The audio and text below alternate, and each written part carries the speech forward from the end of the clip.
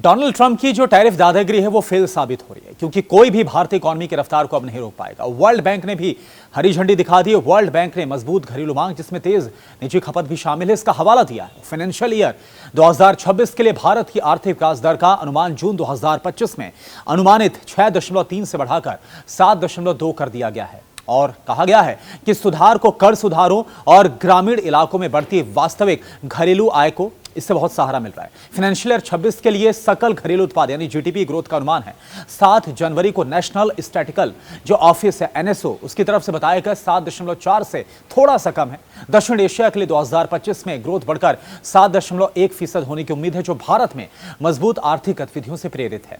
इससे बढ़ते व्यापार तनाव और बढ़ी हुई नीतिगत अनिश्चितता के असर को भी कम करने में बहुत मदद मिली है।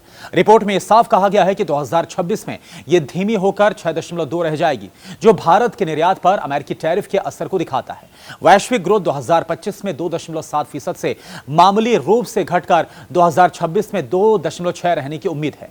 अमेरिकी इकोनॉमी के 2.1 से बढ़कर 2.2 होने का अनुमान है, जबकि चीन की आर्थिक ग्रोथ घटकर 4.9 से 4.4% हो जाएगी। वर्ल्ड बैंक ग्रुप के मुख्य अर्थशास्त्री और विकास अर्थशास्त्र के वरिष्ठ उपाध्यक्ष इंदरमीत गिल ने कहा है कि हर गुजरते साल के साथ वैश्विक इकोनॉमी ग्रोथ पैदा करने में कम सक्षम हो गई है और नीतियों की अनिश्चितता के प्रति ज्यादा संवेदनशील नजर आती है।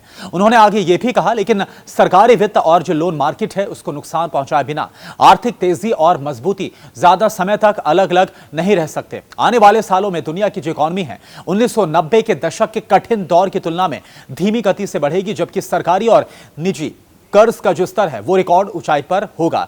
रिपोर्ट में दक्षिण एशिया आउटलुक के लिए संभावित जोखिमों पर ध्यान भी दिलाया गया है, जिसमें व्यापार पाबंदियों में बढ़ोतरी, वैश्विक व्यापार नीतियों में अनिश्चितता, वित्तीय कमजोरियों के बीच कड़े वित्तीय हालात, बढ़ती सामाजिक अशांति और ज्यादा बार या फिर गंभीर जलवायु से जुड़ी आपदाएं भी शामिल हैं।